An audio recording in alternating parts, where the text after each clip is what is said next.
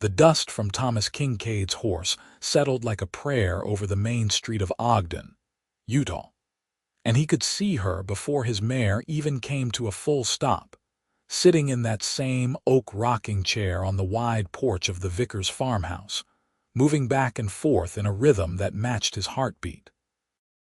7 years had carved lines into the landscape and probably into his face too.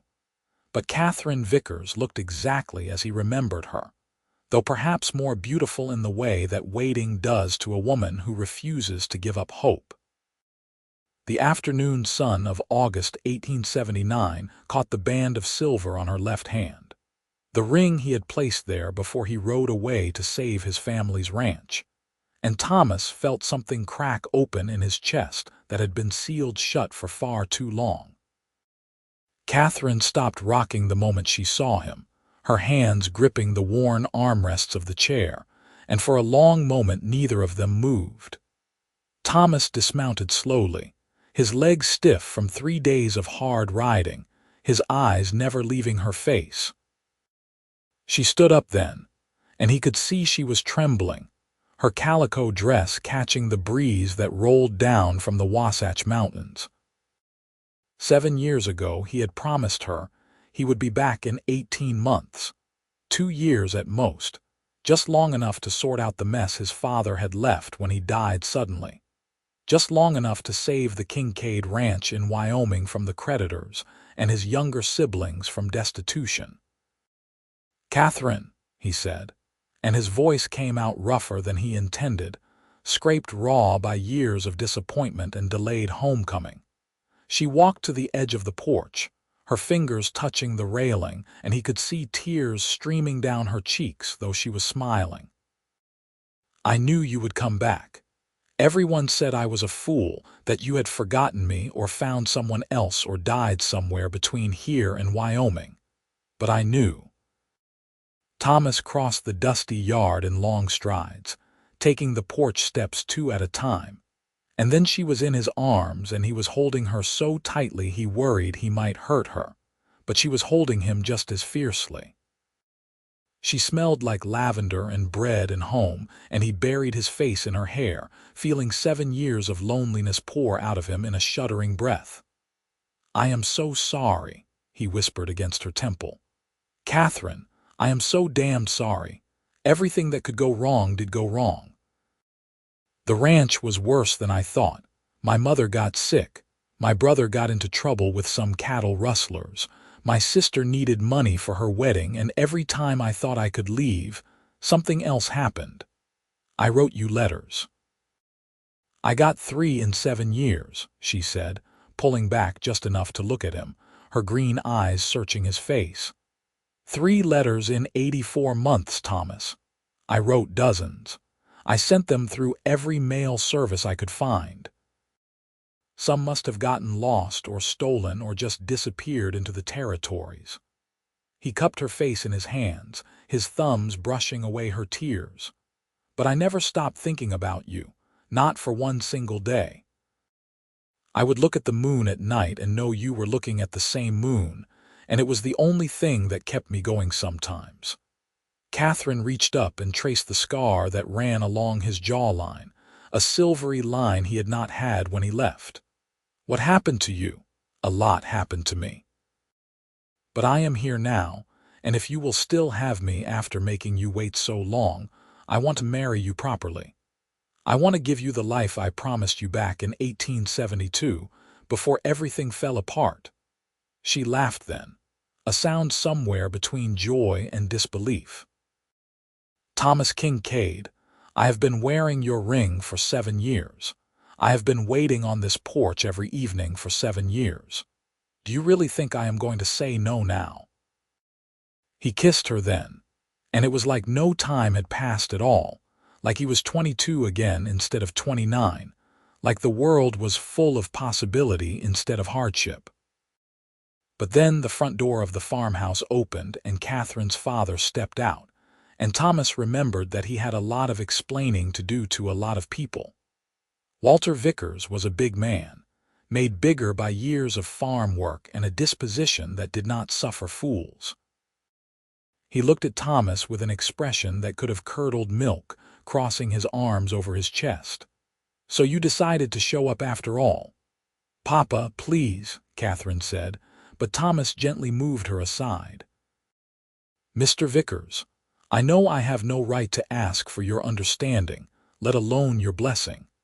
I made a promise to Katherine and to you, and I broke that promise.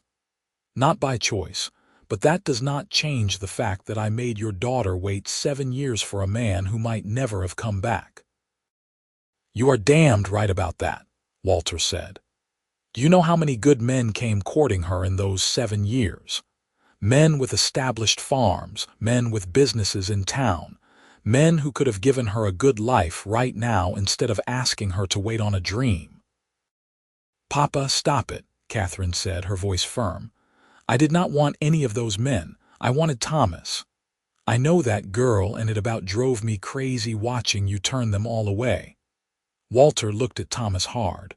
"My daughter is 26 years old. In 7 more years, she will be past childbearing age, if she is not already getting close. You took away the best years of her youth." Thomas felt the words like a punch to the gut because they were true.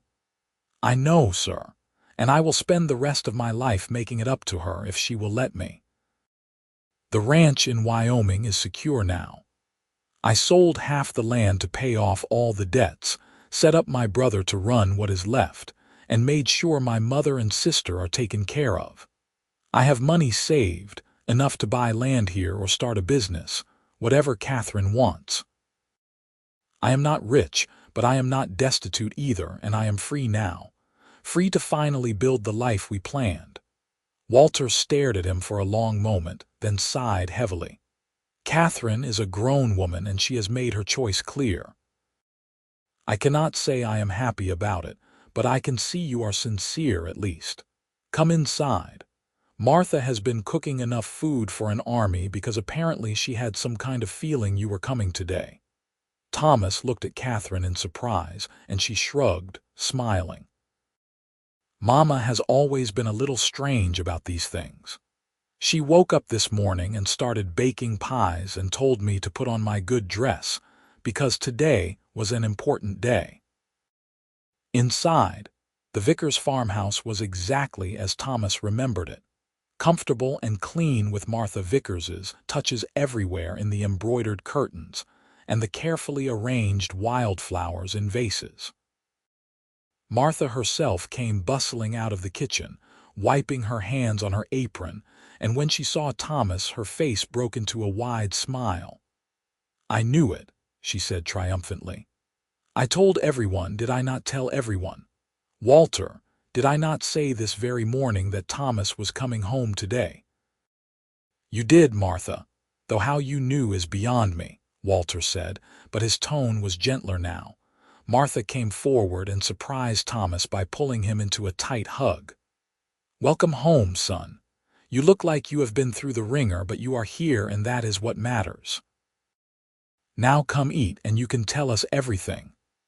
Over a dinner of roast chicken, fresh bread, potatoes, and 3 different kinds of pie, Thomas told them the whole story. How he had arrived in Wyoming to find that his father had not just died, but had left the ranch mortgaged to the hilt with debts to multiple creditors. How he had spent the first year just trying to keep the ranch running while his mother fell apart from grief. How his younger brother Marcus had gotten involved with a gang of cattle rustlers, and Thomas had to sort out that mess before Marcus ended up hanged. How his sister Emma had fallen in love with a man from Denver and needed money for a proper wedding and a start in life. "Every time I thought I could leave, something else would happen," Thomas said, pushing food around his plate. "A hard winter where we lost half the herd.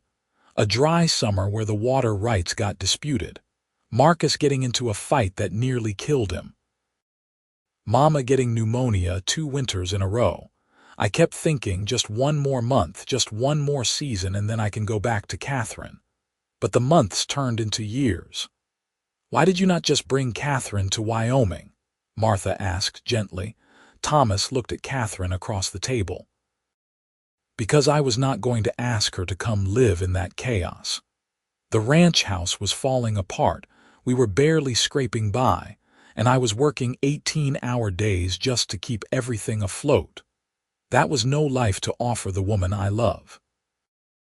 I wanted to come back to her with something to offer, not drag her into a nightmare. I would have come anyway, Katherine said quietly. If you had asked me, I would have been on the next train to Wyoming. I know, but I loved you too much to ask that of you. Thomas reached across the table and took her hand. I wanted to give you what I promised you, not a life of struggle and poverty. Walter cleared his throat. So what are your plans now? You said you sold half the ranch. I sold half to a neighbor who had been wanting to expand his operation for years. It was enough to pay off all the debts and set up Marcus to run the rest profitably. I also made some good investments with a cattle broker in Cheyenne, who helped me turn a small profit into a decent nest egg. I have about $3,000 saved, which I know is not a fortune, but it is enough to start fresh. Walter whistled low. $3,000 is a respectable sum, son. What do you aim to do with it? Thomas looked at Katherine. That depends on what Katherine wants. If she wants to stay here in Ogden, I will buy land and start a ranch. If she wants to move somewhere else, we can do that too. I am done making decisions without her. Katherine squeezed his hand. I want to stay near my family if that is acceptable to you. Papa is not getting any younger, and Mama will want to be close when we have children. The casual mention of children made Thomas's heart skip a beat. He had spent so many years focused on survival and obligation that he had almost forgotten what it was like to think about the future in terms of joy and possibility, rather than just the next problem to solve. Then we will stay in Ogden, he said firmly. I saw some good land for sale on the way into town, up near the base of the mountains. Good grazing, access to water from the streams coming down from the peaks. I could build us a house there, start a small ranch with cattle and horses. Ben Patterson is selling his place, Walter said thoughtfully. 200 acres, already has a decent house and barn on it. He is getting too old to run it himself, and his sons all moved east. He has been asking around for a buyer, but most folks do not have that kind of capital. $3,000 might be enough to buy him out and have money left over for stock. I will go talk to him tomorrow, Thomas said. Tonight I just want to be here with Katherine and remember what it feels like to be home. After dinner, Thomas and Katherine walked out into the evening air, leaving her parents inside. The sun was setting behind the mountains, painting the sky in shades of orange and purple, and the air was cooling rapidly the way it did in the high desert of Utah. They walked without speaking for a while, just holding hands, their shoulders touching, until they reached the old oak tree at the edge of the Vickers property where Thomas had first kissed Katherine 9 years ago, back when they were both young and foolish and thought love was enough to conquer anything. Tell me about the worst day, Katherine said suddenly, turning to face him. In all those 7 years, what was the single worst day? Thomas thought about it, and there were so many candidates that it was hard to choose. But one memory surfaced, clear and painful. It was Christmas of 1876. I had finally gotten everything sorted out, or I thought I had. The debts were paid, Marcus was behaving himself, Mama was healthy, Emma was married and settled. I had my horse saddled and my bags packed, ready to leave the next morning to come back here. And then Marcus rode in after dark and told me he had gotten a girl pregnant, the daughter of a prominent rancher, and her father was threatening to kill him if he did not marry her right away. The girl did not love Marcus and Marcus did not love her, but the rancher had political connections and could have ruined us all if we did not make it right. Katherine's hand tightened in his. What did you do? I spent every penny I had saved for traveling and bought a house in town for Marcus and his new wife. set him up with a job working for a freight company so he could support her, smoothed things over with her father by essentially giving him half our remaining cattle as a dowry. And then I went back to the ranch house and realized I would not be coming back to you any time soon, and I broke down and cried for the first time since my father died. Did you hate your brother? Sometimes. Other times I just felt sorry for him, because he was young and stupid and got himself trapped in a loveless marriage because of one mistake. But mostly, I just felt tired, Katherine. So incredibly tired of being responsible for everyone else's problems, of putting my own life on hold over and over again. There were times I thought about just leaving anyway, saying to hell with all of them, but I could not do it. They were my family. Katherine reached up and touched his face, her fingers soft against his weathered skin. You are a good man, Thomas Kincaid, better than most. I am not glad you had to go through all that, but I am proud of who you are. I am not sure I deserve your pride or your patience. That is not for you to decide. I chose to wait for you, and I would make the same choice again. She pulled his face down to hers and kissed him slowly, thoroughly, until he forgot about everything except the feeling of her in his arms.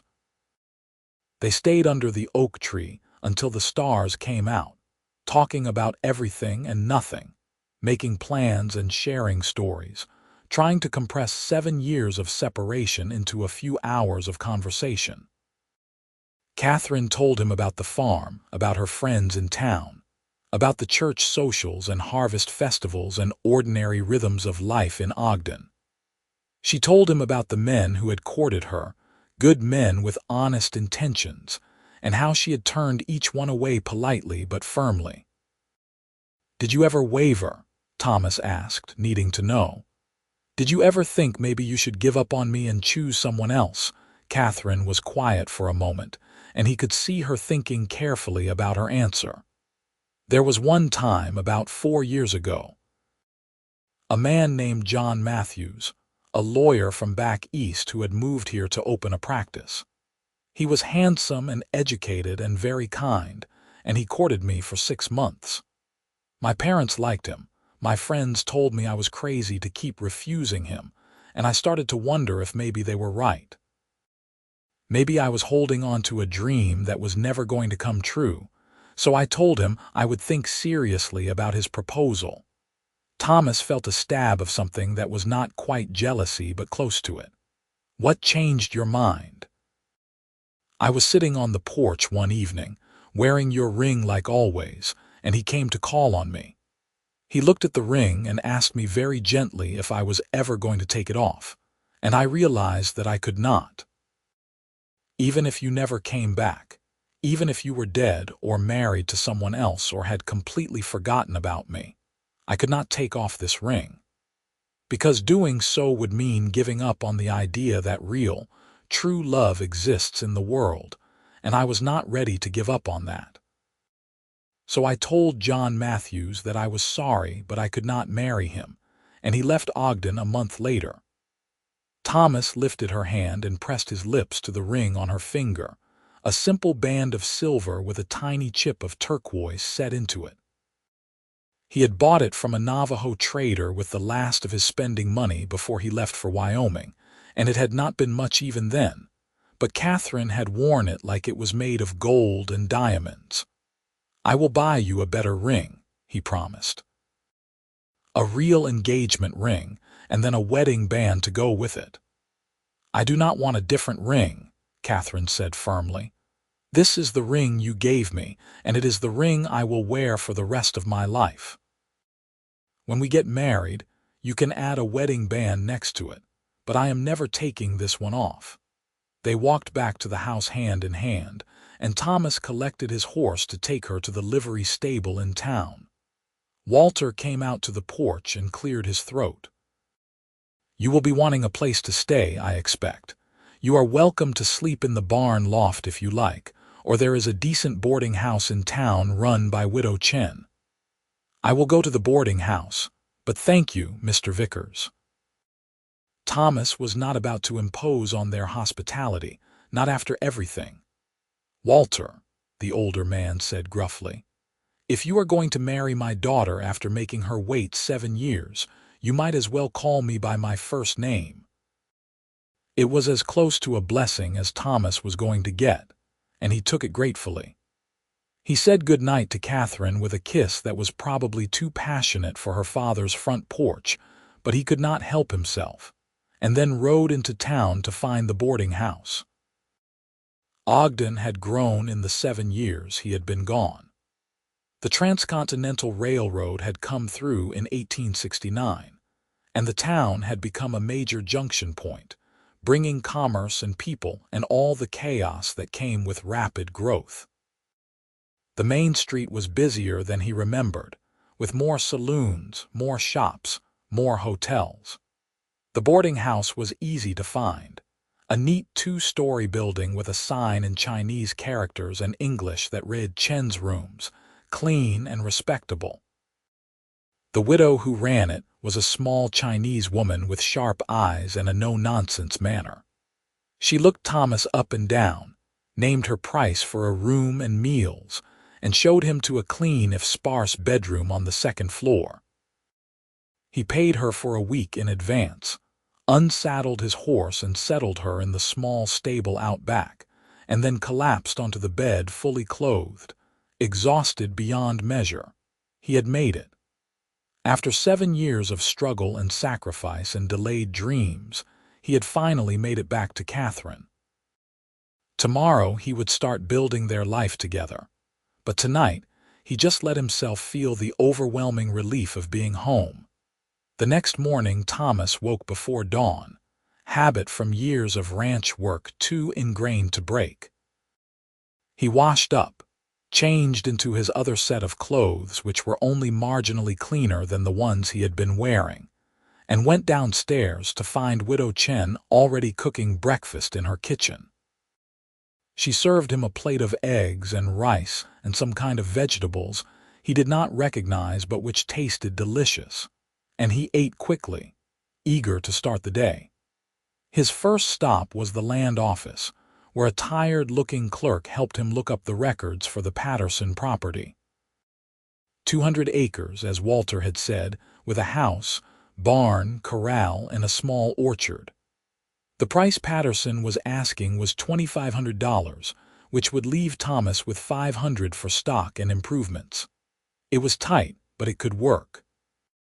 From the land office, he rode out to the Patterson place, which was about 5 miles east of town at the base of the mountains. The morning sun was climbing higher, and he could see why Walter had suggested this property. The land rolled gently upward toward the peaks, with good grass and scattered stands of cottonwood trees near the creek that ran through the southern portion. The house was a sturdy log construction, smaller than what he hoped to eventually build for Katherine, but well-maintained and weatherproof. The barn was in good condition, and there was a chicken coop and a root cellar and all the infrastructure of a working homestead. Ben Patterson was sitting on his porch, a white-haired man in his 70s with the gnarled hands of someone who had worked hard all his life. He watched Thomas ride up with a neutral expression, waiting to see what kind of offer he was going to get. "Mr. Patterson, my name is Thomas Kincaid. Walter Vickers suggested I come talk to you about buying your property." Patterson's expression warmed slightly. "Walter is a good man. You relation to him, going to be his son-in-law if everything works out. I am marrying his daughter Katherine." "Ah, the girl who has been waiting for her cowboy to come home. Heard about that." "Everyone in town has heard about that, how she turned away every man who came calling because she was waiting for you." Patterson gestured to a chair on the porch. "Sit down and let us talk business." They negotiated for 2 hours, going over every aspect of the property and the price. But it was clear that Patterson was a fair man who just wanted to sell to someone who would take care of the land he had worked for 40 years. In the end, they settled on $2,400, with the agreement that Thomas could take possession in 2 weeks, giving Patterson time to move his personal belongings to his daughter's house in Omaha. Thomas rode back to town feeling like he was walking on air. He had a property, the foundation for building the life he had promised Katherine. His next stop was the bank, where he deposited most of his money and set up an account, keeping back enough for immediate expenses. Then he went to the general store and bought supplies for the next few weeks. And finally, he rode out to the Vickers farm to tell Katherine the news. She was in the kitchen with her mother, helping with the morning baking, and when she saw him ride up, she ran out to meet him, flour dusting her dress and a bright smile on her face. Thomas swept her up in his arms and spun her around, laughing. "I bought us a home," he said. "The Patterson place. 200 acres, a good house, everything we need to start our ranch." Katherine threw her arms around his neck and kissed him right there in the yard, not caring that her mother was probably watching from the window. "When can we get married?" "As soon as you want. Tomorrow, if you will have me." "Tomorrow is too soon. I need at least a week to get ready." "But not a day longer than that, Thomas Kincaid. I have waited 7 years. I am not waiting any more than absolutely necessary."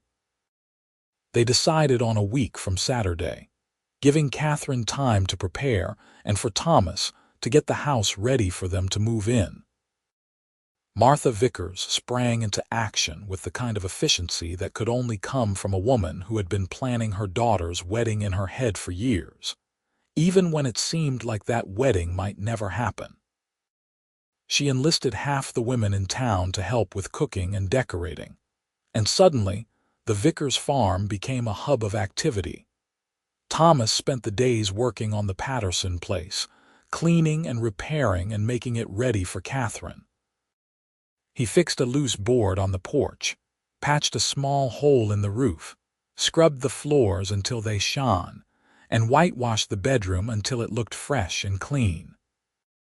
He bought a new bed frame and mattress in town, splurging on the best quality he could afford because he wanted Katherine to have something nice.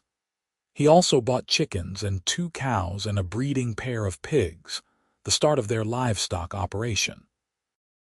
In the evenings, he would ride back to the Vickers farm and sit with Katherine on the porch, holding her hand and making plans. They talked about what crops to plant in the spring, how many cattle they could afford to buy with the remaining money, whether they should get a dog to help with herding. They talked about children, how many they wanted, what they would name them. Thomas wanted at least 4, and Katherine said she wanted as many as God would give them, which made him pull her close and kiss her until they were both breathless. The night before the wedding, Walter took Thomas aside for a private conversation. They walked out to the barn, and Walter handed him a bottle of whiskey and 2 glasses. "I figure we should have a talk man to man," Walter said, pouring generous measures for both of them. Thomas took his glass and waited, knowing that whatever Walter had to say was important. "I was hard on you when you first came back," Walter said. "And I meant what I said about you taking away the best years of Katherine's youth. But I have been watching you this past week, seeing how you are with her, how hard you have been working to get that house ready, and I can see that you love my daughter truly and deeply." "I do, sir, more than anything in this world." "Walter," the older man corrected, "and I believe you. So I am going to give you something I had been saving for Katherine, but I think it is better used as a wedding gift for both of you." He reached into his pocket and pulled out a small leather pouch, which he handed to Thomas. Inside were 5 double eagle gold coins, $100 in total. It was a significant sum, and Thomas tried to hand it back. "Walter, I cannot take this. You have already done so much. It is not for you, it is for Katherine, which means it is for both of you now. Use it to buy breeding cattle or improve the house or whatever you need. I want my daughter to have a good start in life, and this is my way of ensuring that." Walter raised his glass. To you and Katherine, may you have a long and happy life together, and may I have many grandchildren to spoil." They drank to that, and Thomas felt a warmth in his chest that had nothing to do with the whiskey. He had Walter's blessing, truly and completely, and it meant more than he could express. The wedding day dawned clear and beautiful, one of those perfect late summer days that felt like a gift. The ceremony was held at the church in town, a small white building with a bell tower, and it seemed like half of Ogden had turned out to witness Katherine Vickers finally marry her cowboy.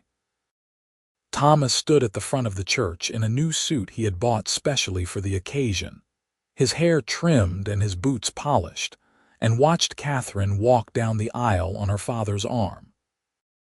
She was wearing a dress that Martha had sewn, simple white cotton with lace at the collar and cuffs, and she had wildflowers in her hair. But to Thomas, she looked more beautiful than any woman had ever looked in the history of the world. Her eyes were shining with tears and happiness, and when she reached the front of the church and took his hand, he felt like he could finally breathe properly for the first time in 7 years.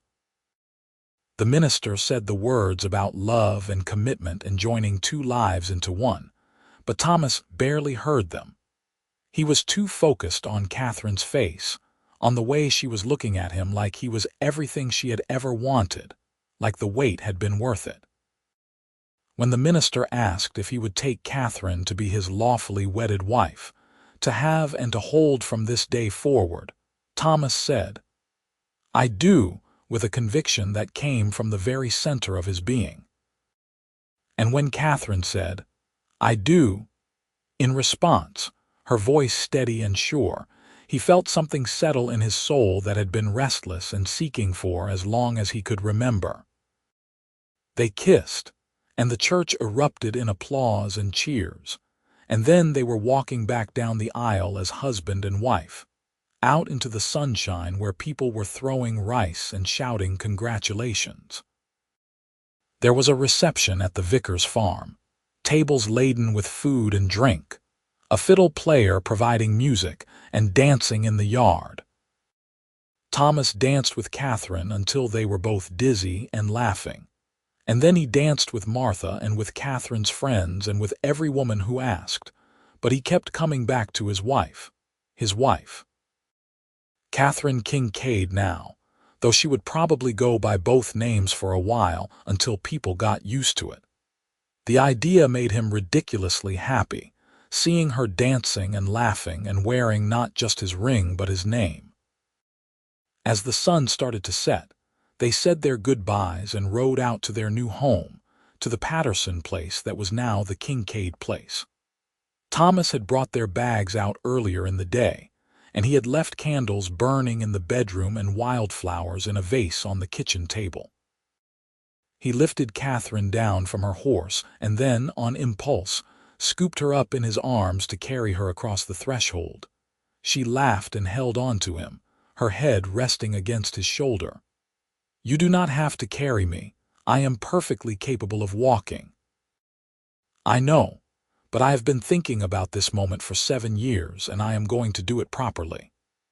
He carried her through the house, showing her all the improvements he had made, and then finally to the bedroom where he set her down gently on the new bed. The candles cast a warm glow, and through the window they could see the stars coming out over the mountains. Katherine reached up and started unbuttoning his shirt, her fingers trembling slightly. "I have been thinking about this moment too. I used to lie awake at night and imagine what it would be like, being married to you, and now it is finally real." Thomas caught her hands and brought them to his lips, kissing each palm. "Are you nervous?" "A little." "Are you?" "Terrified," he admitted, and they both laughed, the tension breaking. "I just want to make you happy, Katherine. I want to be worthy of the wait you put in for me." "You are worthy," she said firmly. "You have always been worthy. Now kiss me and stop worrying so much." He did, and the rest of the night was spent discovering each other in the way that newlyweds do, learning the geography of skin and breath and pleasure. building memories that would sustain them through whatever challenges life might throw their way. The next morning, Thomas woke to sunlight streaming through the window and Katherine curled against his side, her hair spread across his chest.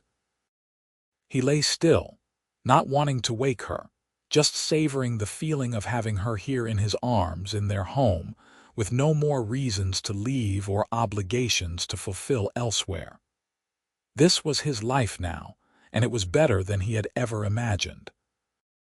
Katherine stirred and opened her eyes, smiling when she saw him watching her. "Good morning, husband." "Good morning, wife." He kissed her forehead. "How do you feel? Happy, sore?" "Happy about being sore." She stretched like a cat and then sat up, the sheet falling to her waist. "We should get up. There is work to do if we are going to make this ranch successful." They fell into a routine over the next few weeks, working together to build their life. Thomas spent his days tending to the animals, repairing fences and preparing fields for spring planting. Katherine worked in the house and the garden, preserving food for the winter, sewing curtains and quilts, making the house feel like a home. They ate breakfast together at dawn, worked until lunch, took a short rest in the heat of the afternoon, and then worked until dinner. In the evenings they would sit on the porch, watching the sun set behind the mountains and talk about their day. It was hard work, the kind of grinding physical labor that left them both exhausted by nightfall, but it was good work. Honest work. The kind of work where you could see the results of your efforts in tangible ways. Thomas had spent 7 years in Wyoming working just as hard but always feeling like he was running in place, never getting ahead. Here, with Katherine, every day brought visible progress.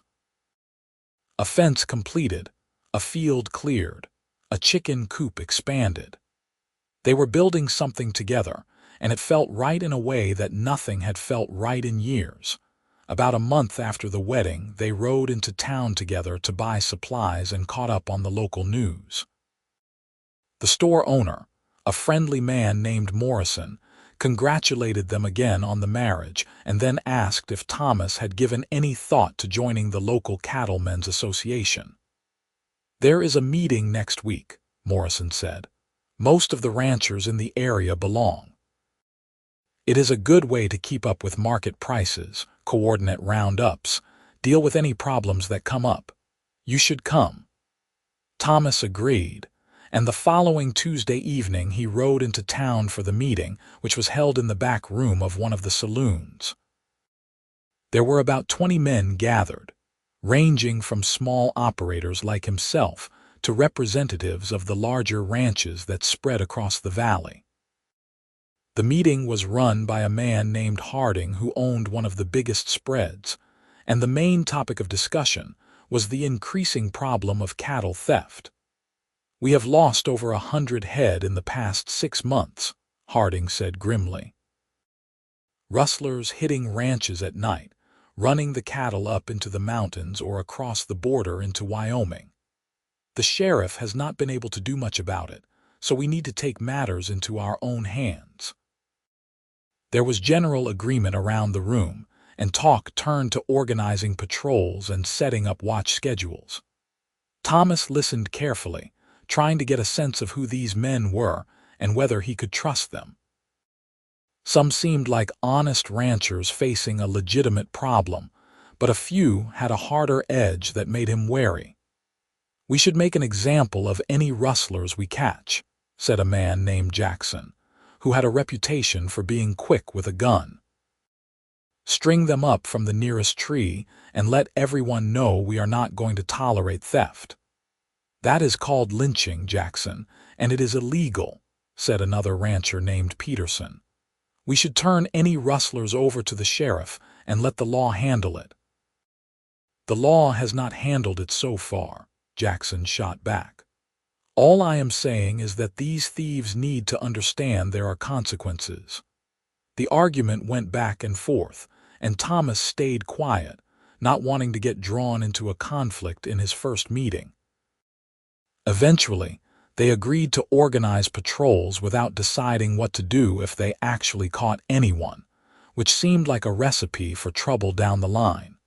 But Thomas figured he could address that later if it became an issue. After the meeting, he rode home through the darkness, troubled by what he had heard. He did not like the talk of vigilante justice, but he also understood the frustration of working hard only to have your livelihood stolen. It was a difficult balance, and he was not sure where he stood on it. Katherine was waiting up for him, sitting at the kitchen table with a cup of tea and some mending. She looked up when he came in, reading his expression. "What is wrong?" He told her about the meeting, about the rustling problem and the disagreement over how to handle it. Katherine listened thoughtfully, her needle moving steadily through the fabric. "What do you think you should do?" she asked when he finished. "I think I should keep our cattle close to the house and make sure we have good locks on the barn. I think I should participate in the patrols because it is the neighborly thing to do, but I also think I should make it clear that I am not interested in lynching anyone without a trial. If we catch rustlers, we turn them over to the law. That is what civilization means." Katherine set down her mending and came around the table to sit in his lap, wrapping her arms around his neck. "That sounds wise. I trust your judgment, Thomas. Just please be careful. I did not wait 7 years for you only to lose you to a fight over cattle." "I will be careful," he promised, holding her close. "I am not going to take any unnecessary risks. We have too much to live for now." The patrols turned out to be mostly uneventful, groups of ranchers riding their boundaries at night and finding nothing. The rustling seemed to have stopped, at least temporarily, and after a few weeks the effort was scaled back. Thomas was relieved because it meant he could focus on more important things, like getting ready for winter and spending time with his wife. As autumn turned toward winter, they worked to lay in supplies and make sure the house was weatherproofed. Thomas cut and stacked firewood until there was a huge pile against the north wall of the barn, and Katherine filled the root cellar with preserved vegetables and smoked meat. They bought a pair of steers from a neighbor and slaughtered them for beef, salting and storing the meat carefully. By the time the first snow fell in early November, they were as ready as they could be. Winter in the Utah mountains was harsh but beautiful, with snow transforming the landscape into something magical. Thomas and Katherine settled into a quieter routine, with less outdoor work and more time spent inside. They read books by the fire, played cards, told stories, and made love in the warm cocoon of their bed while the wind howled outside. It was during one of those long winter nights that Katherine told him she was pregnant. "Are you sure?" Thomas asked, his hand moving to her belly as if he could feel the change already. "I am sure. I have been sure for a few weeks, but I wanted to wait until I was certain before I told you." She smiled up at him, her eyes bright. "We are going to have a baby, Thomas. Probably sometime in late May or early June." He felt a surge of emotion so strong it almost knocked him over. A baby. His and Katherine's child, the first of what he hoped would be many. All the years of struggle and sacrifice suddenly felt worth it, because they had led to this moment, to this possibility of new life and new beginnings. "I love you," he said, his voice rough with feeling. "I love you so much, Katherine. I love you too. And I am glad you came back, even though it took 7 years. Because now we get to have this, and it is going to be wonderful." Winter passed slowly but peacefully, and by the time spring arrived, Katherine was showing visibly, her belly rounding out beneath her dresses. Thomas found himself being overly protective, not wanting her to lift anything heavy or work too hard, and she had to keep reminding him that pregnancy was not an illness, and she was perfectly capable of doing most of her normal tasks. In March, they rode into town for supplies and ran into Martha, who took one look at Katherine and started crying happy tears. I knew it, she kept saying. I am going to be a grandmother. Word spread quickly, as it did in small towns, and suddenly Katherine was the center of attention whenever they went to church or into town. Women offered advice about pregnancy and childbirth, some of it helpful and some of it terrifying, and Katherine took it all with good grace. Thomas found himself cornered by men offering their own advice about fatherhood, most of which seemed to boil down to get used to being tired and enjoy the peace while you can. As Katherine's due date approached, Martha came to stay with them, bringing her experience and calming presence. Thomas was grateful for his mother-in-law's help because he was honestly terrified about the birth itself. He had assisted with animal births plenty of times, but the idea of Katherine going through that pain and danger left him feeling helpless and scared. The baby came on a hot June evening after Katherine had been in labor for 12 hours.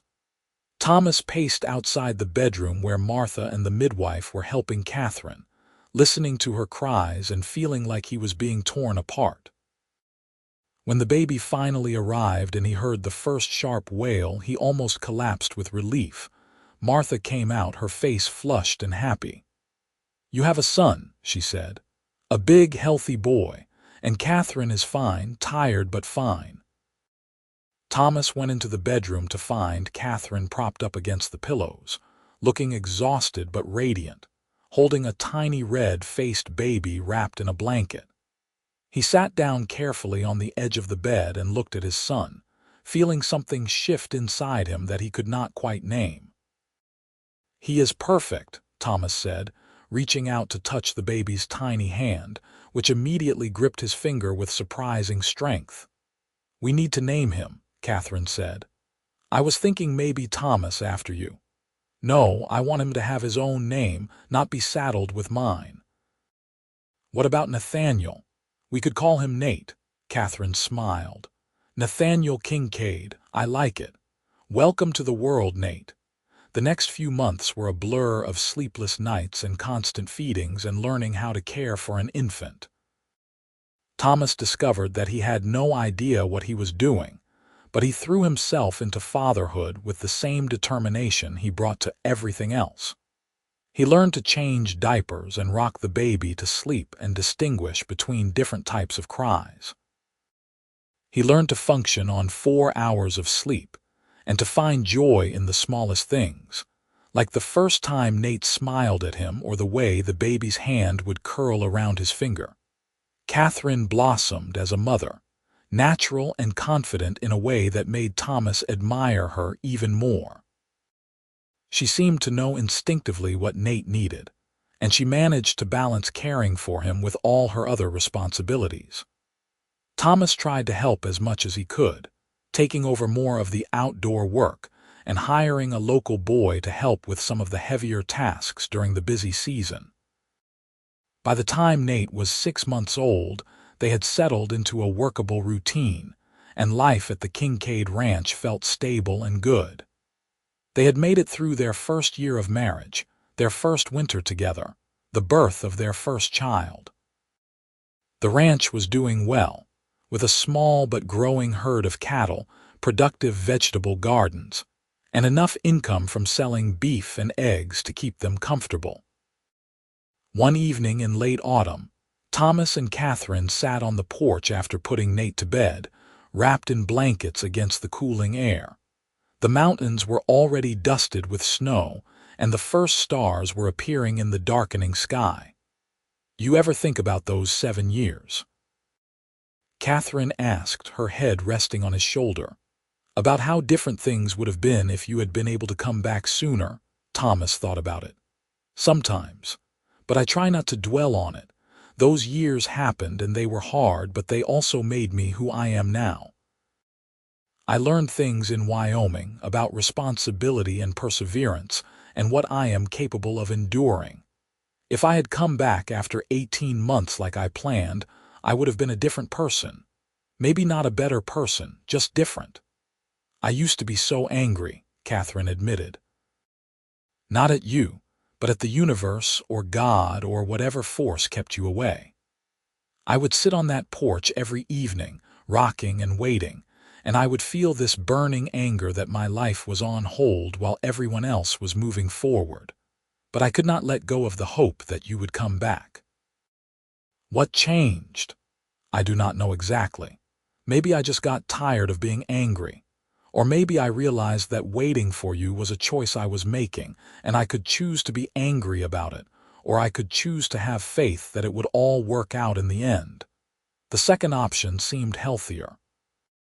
She lifted her head to look at him. Do you ever regret selling the Wyoming ranch, giving up what your father built? No, Thomas said without hesitation. My father built that ranch, not me. I saved it from ruin and set my family up to be secure, and that was my obligation. But this place, this ranch, this life we are building here, this is mine. Ours. We are creating something new together, and that means more to me than holding on to something from the past. They sat in comfortable silence for a while, watching the stars multiply overhead. Then Katherine said, I want to have more children, at least 2 or 3 more if we are blessed with them. I want that too, but maybe we can wait until Nate is sleeping through the night before we start working on number 2, Katherine laughed. That seems reasonable. The years that followed were good ones, though not without challenges. There were hard winters and dry summers, cattle prices that fluctuated unpredictably, and the constant work of maintaining a ranch. But Thomas and Katherine faced everything together, and their partnership grew stronger with each passing season. Nate grew into a sturdy, curious toddler who loved following his father around the ranch and trying to help with chores. When he was 2 years old, Katherine gave birth to a daughter they named Sarah, a tiny girl with her mother's green eyes and her father's dark hair. 2 years after that came another son, Jacob, who was quieter than his siblings but just as loved. The Kincaid ranch prospered gradually, never making them rich but providing a comfortable living. Thomas expanded the cattle herd and started breeding horses on the side, developing a reputation for quality stock. Katherine started selling her preserves and baked goods at the market in town, adding to their income.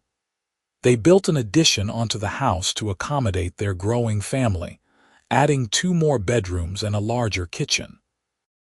When Nate was 5 years old, Thomas took him into town for supplies, and they stopped by the porch of the Vickers farmhouse, which Walter and Martha still maintained though they were getting older. Katherine was visiting her parents that day, and Thomas saw her sitting in that same oak rocking chair, now holding baby Jacob while Sarah played at her feet. That is where I first saw your mama after I came back from Wyoming, Thomas told Nate, lifting the boy up so he could see better. She was sitting in that chair, rocking back and forth, wearing a ring I had given her years before. I had been gone for 7 years, but she waited for me. Why did you leave? Nate asked with the directness of children. Because my family needed me. My papa had died and left a lot of problems behind, and I had to fix them. It took a lot longer than I thought it would, but I never stopped thinking about your mama, and I came back as soon as I could. And then you got married and had me. That is right. And then we had you and your sister and your brother, and we built our ranch, and we have been happy ever since. I would not leave Mama for 7 years, Nate said seriously. That is too long. Thomas hugged his son close, breathing in the scent of his hair.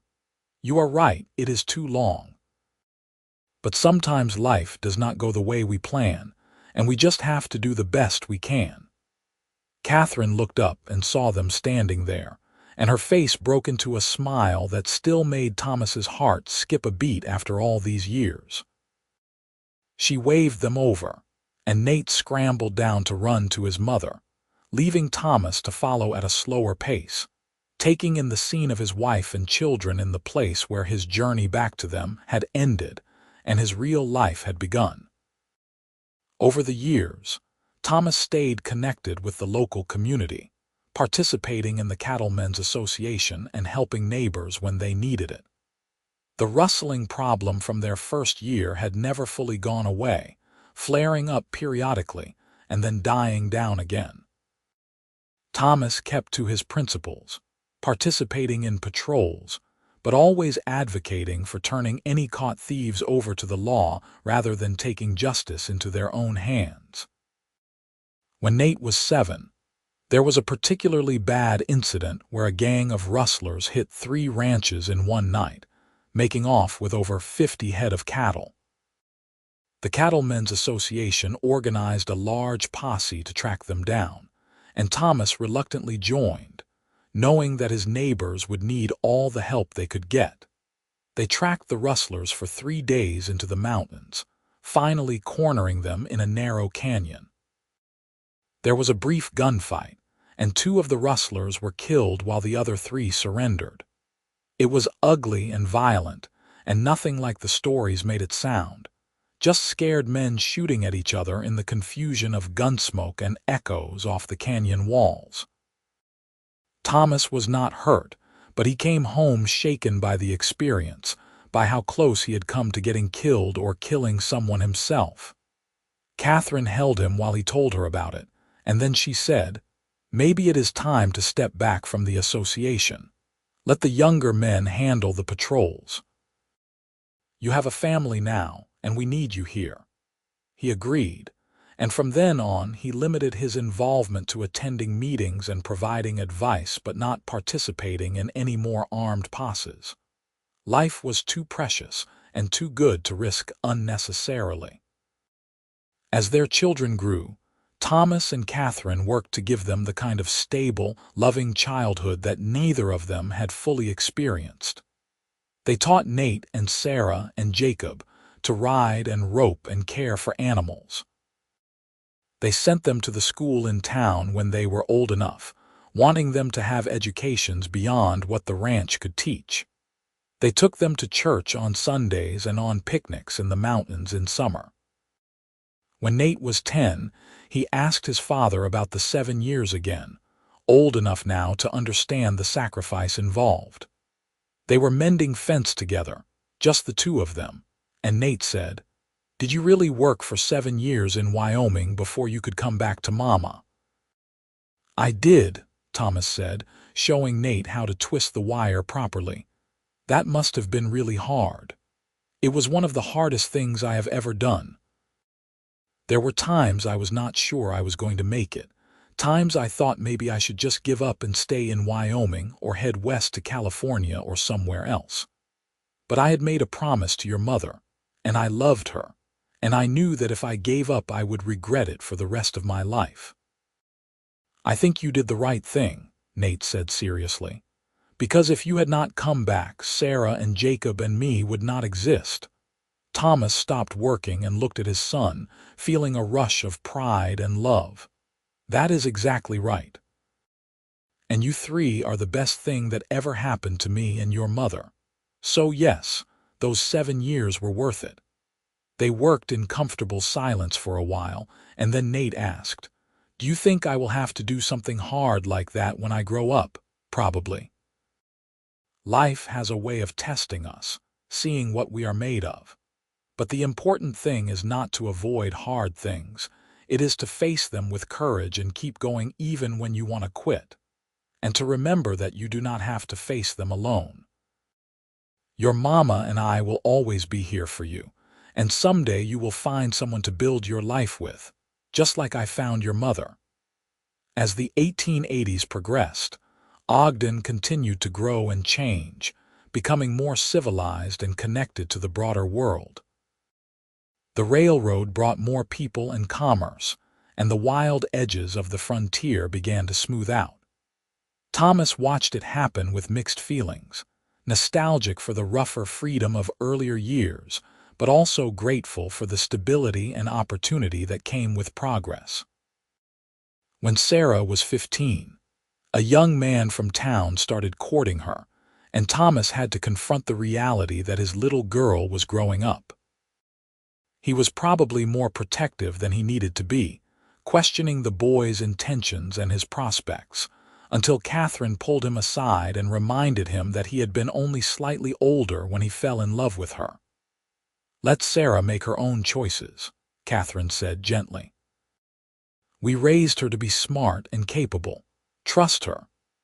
So Thomas stepped back, though it was hard, and watched his daughter navigate young love with a grace that reminded him of Katherine at that age. Sarah eventually decided the boy was not right for her and broke things off amicably, and Thomas was secretly relieved even though he tried to hide it. Nate, meanwhile, showed a real aptitude for ranching and a deep love for the land. When he turned 18, Thomas offered to send him to the agricultural college in Logan to study modern ranching techniques, but Nate wanted to stay home and learn by doing. They became true partners in running the ranch, working side by side, and Thomas felt a deep satisfaction in knowing that what he and Katherine had built would continue into the next generation. Jacob turned out to be the scholar of the family, more interested in books than cattle.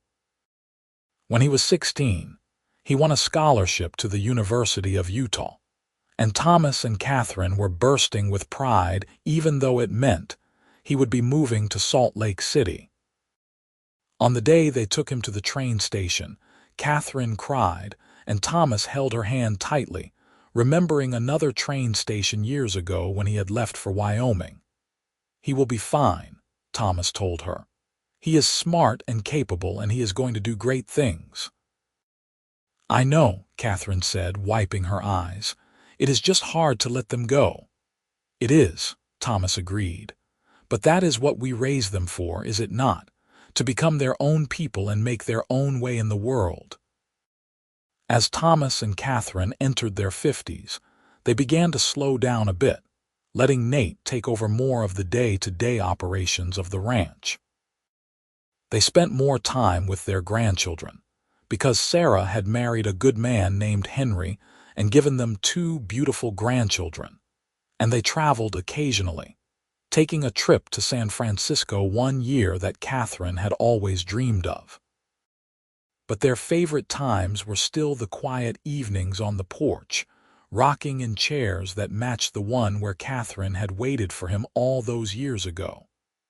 They would sit and watch the sun set behind the mountains, holding hands, reflecting on the life they had built together. "Do you remember that first day when I rode back into town?" Thomas asked one evening, when they were both 55 and their hair was more gray than dark. "Of course I remember," Katherine said. "I saw the dust from your horse, and I knew it was you before I could even see your face. My heart started pounding so hard I thought it would break out of my chest. I was so afraid you would not want me anymore, that 7 years was too long and you would have moved on." "Never," Katherine said firmly. "I told you then, and I will tell you now, I never stopped believing you would come back.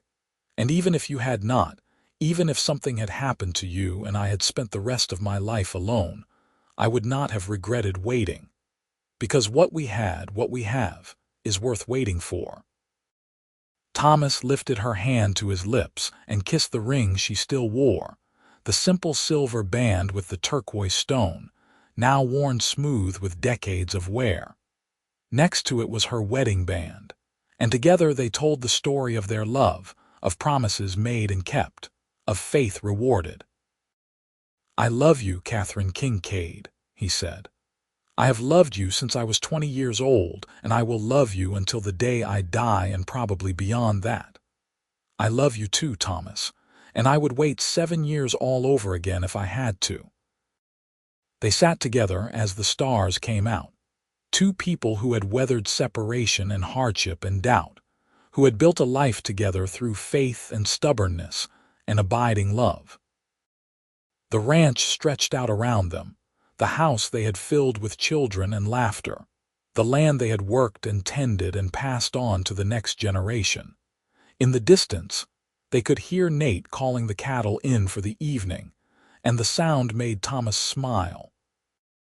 Everything they had sacrificed and struggled for had been worth it, because it had led to this moment, to this life, to this profound contentment that came from keeping promises and staying true. As they grew older, Thomas and Katherine became fixtures in the Ogden community, the couple who represented enduring love and faithfulness. Young people would come to them for advice, and Thomas would tell them about the importance of keeping your word, while Katherine would talk about the necessity of hope even in the darkest times. When Thomas was 62, he suffered a heart attack while working in the barn. Nate found him and got him into the house, and the doctor came out from town and said it was serious but not necessarily fatal if Thomas took care of himself. Katherine nursed him through the recovery with the same fierce determination she had shown in everything else, making him rest when he wanted to work, feeding him healthy food when he wanted steak and potatoes, refusing to let him give up when the frustration of being inactive made him irritable. "You are not dying yet, Thomas Kincaid," she told him firmly when he complained about the restrictions. "We have grandchildren to watch grow up and a 50th wedding anniversary to celebrate in a few years, so you are going to do what the doctor says and take care of yourself." He recovered slowly, learning to accept his limitations and to let Nate handle more of the physical work. It was hard for him, giving up control, but he found satisfaction in advising rather than doing, in teaching his grandchildren about ranching and telling them stories about the old days. Their 50th wedding anniversary came on a clear September day, and their children organized a huge celebration at the ranch. It seemed like everyone they had ever known came out for it, bringing food and gifts and good wishes. There was music and dancing and speeches, and when Thomas stood up to say a few words, he found himself unexpectedly emotional. 50 years ago I married the woman I love," he said, holding Katherine's hand. "It was not 50 years from the day I met her, or even from the day I first kissed her or first told her I loved her.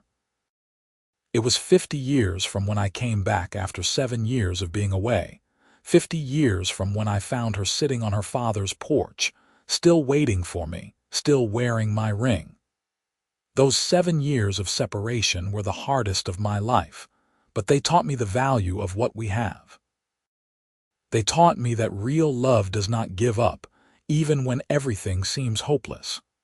Katherine waited for me, and I will be grateful for that for the rest of my days."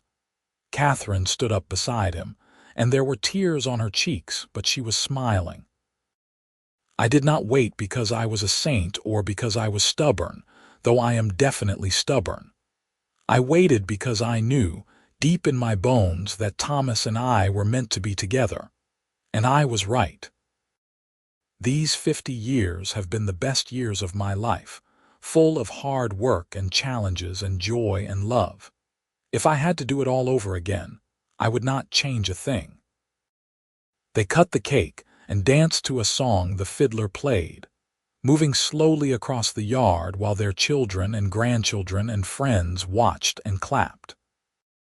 Thomas held Katherine close, smelling the lavender water she still wore, feeling the familiar shape of her in his arms, and thought that this was what happiness looked like, what it felt like, what it meant.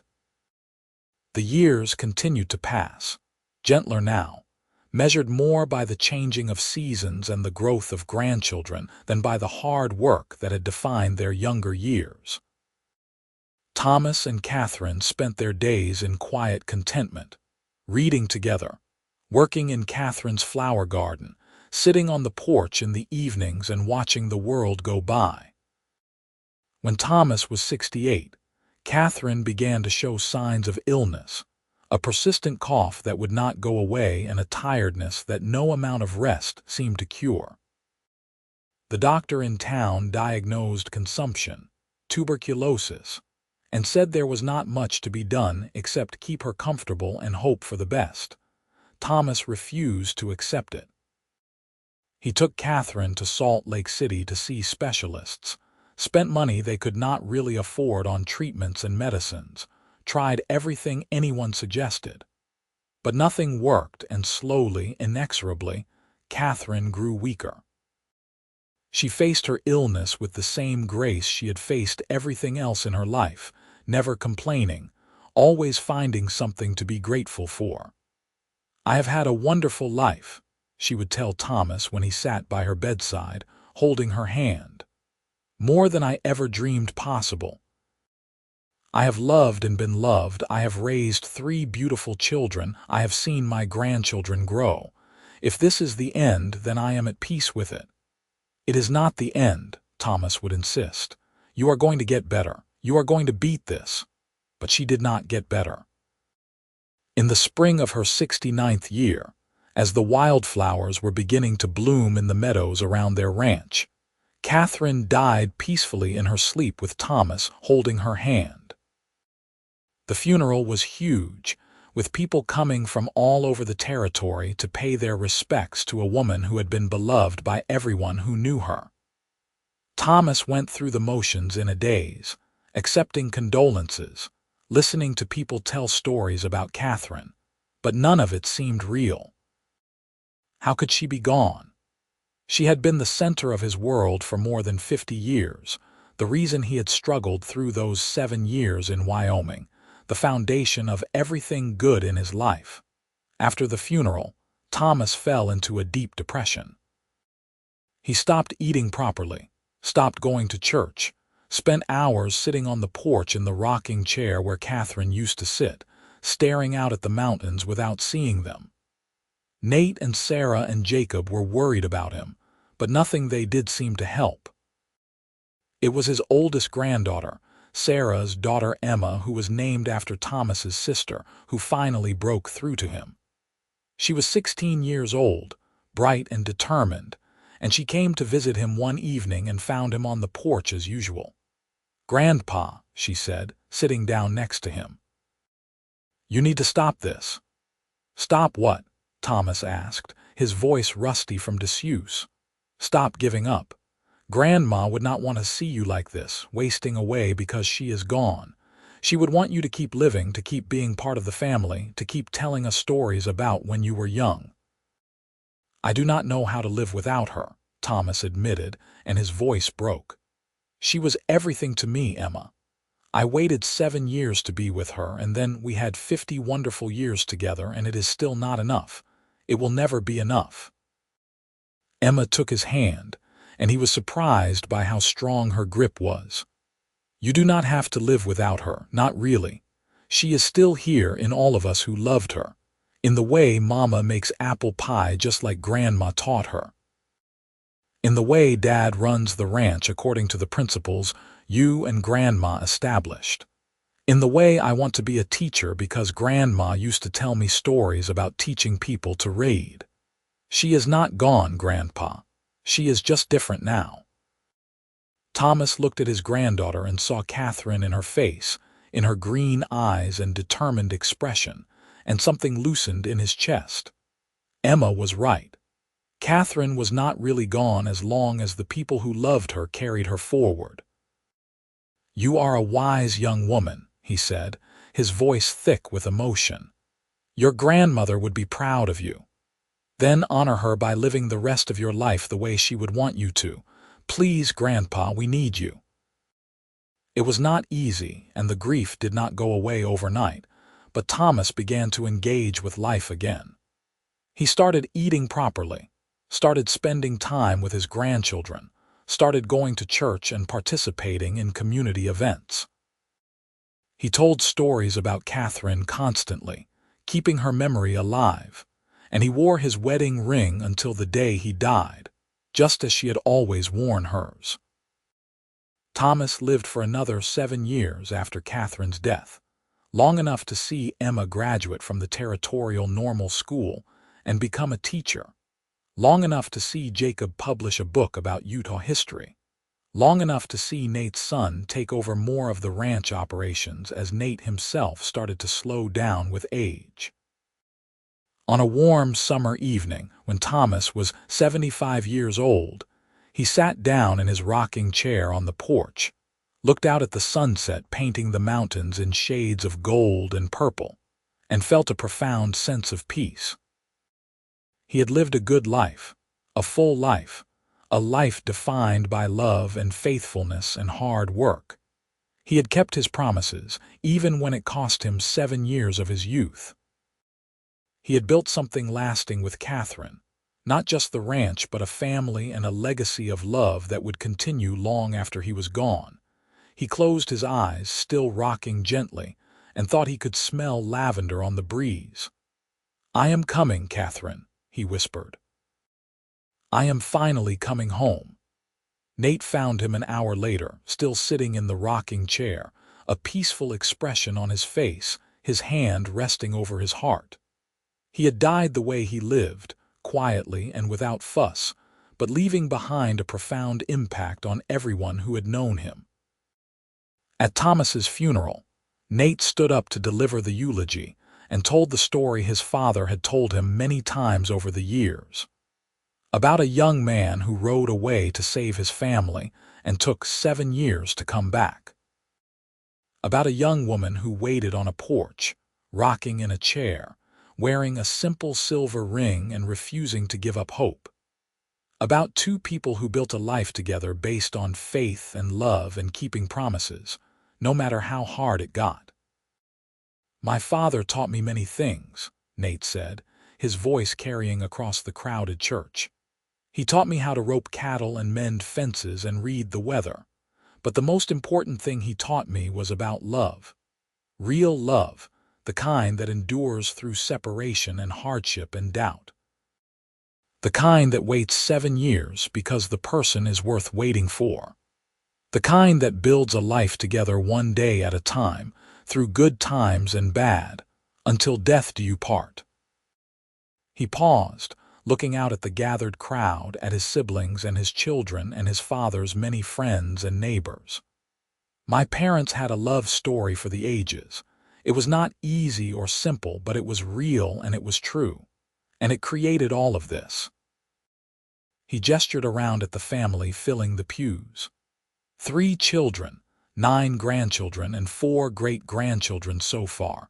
All of us here because a cowboy rode back after 7 years and found his girl still waiting for him, still rocking on the porch, still wearing his ring. That is a legacy worth celebrating. They buried Thomas next to Katherine in the cemetery on the hill overlooking Ogden, with a shared headstone that read, "Thomas and Katherine Kincaid, together forever." The ranch continued under Nate's management and eventually passed to his children, and the story of Thomas and Katherine became family legend, told and retold to each new generation. Years later, one of Thomas's great-great-granddaughters would write a book about the family history, and she would start it with this line. "In the summer of 1879, a cowboy rode back to Ogden, Utah after 7 years away, and found his girl still waiting on the porch, still rocking in her chair, still wearing his ring." This is their story, and it is a story about the power of faith and the endurance of true love. The Kincaid Ranch still stands today, though it has been subdivided and modernized over the generations. But the original house is still there, carefully preserved, and on the porch there are 2 rocking chairs where Thomas and Katherine used to sit in the evenings, holding hands and watching the sun set behind the Wasatch Mountains. Visitors come sometimes to see the place where such a legendary love story unfolded. And if you sit quietly in those rocking chairs and listen, you might almost hear the echo of their voices, still talking and laughing and planning their future together, still in love after all these years, still keeping the promises they made to each other so long ago. The wildflowers still bloom in the meadows every spring, the same ones Katherine used to pick and arrange in vases around the house. The creek still runs clear and cold from the mountains, the same water that Thomas used to bring up in buckets for Katherine's garden. The mountains still stand eternal and unchanging, witness to the generations of Kincaids who have lived and loved and worked this land. And if you look carefully at the historical records in the Ogden City archives, you will find a marriage certificate dated September 1879, recording the union of Thomas Kincaid and Katherine Vickers, 7 years after their engagement, and exactly when Thomas finally made it home. Next to it in the file is a faded photograph showing a young couple on their wedding day. And if you look closely at Catherine's hand where it rests on Thomas's arm, you can just make out the glint of a simple silver ring with a small turquoise stone, worn but still beautiful, a symbol of faith kept and promises fulfilled. Their story became part of the fabric of Ogden's history, told alongside tales of the railroad coming through, and the settling of the valley, and all the other foundational stories that make a place what it is. But while other stories faded with time, the story of Thomas and Katherine endured because it spoke to something fundamental about human nature, about the capacity for faithfulness, and the power of love to transcend time and distance and hardship. Teachers would tell the story to their students as an example of perseverance and keeping commitments. Preachers would reference it in sermons about faith and patience. Young couples would visit the Kincaid ranch on their honeymoons, wanting to see the place where such a great love story had unfolded, hoping that some of that enduring love would bless their own marriages. The family preserved Thomas's letters to Katherine from those 7 years in Wyoming, the ones that had made it through despite unreliable mail service, and they became treasured heirlooms passed down through the generations. Reading them, you could trace Thomas's journey from hopeful young man who thought he would be back in 18 months, through the growing desperation of years 2 through 5, to the grim determination of years 6 and 7 when he finally began to see an end in sight.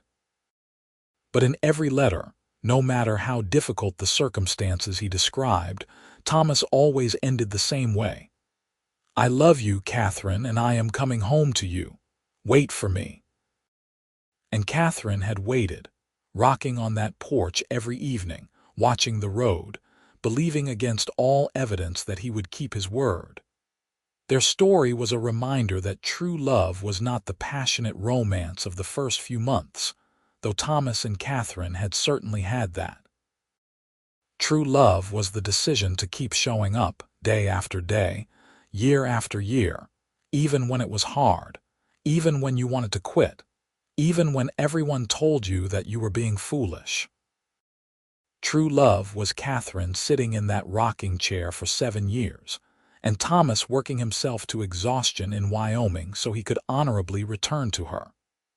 True love was 50 years of partnership through good times and bad, raising children and building a ranch and growing old together.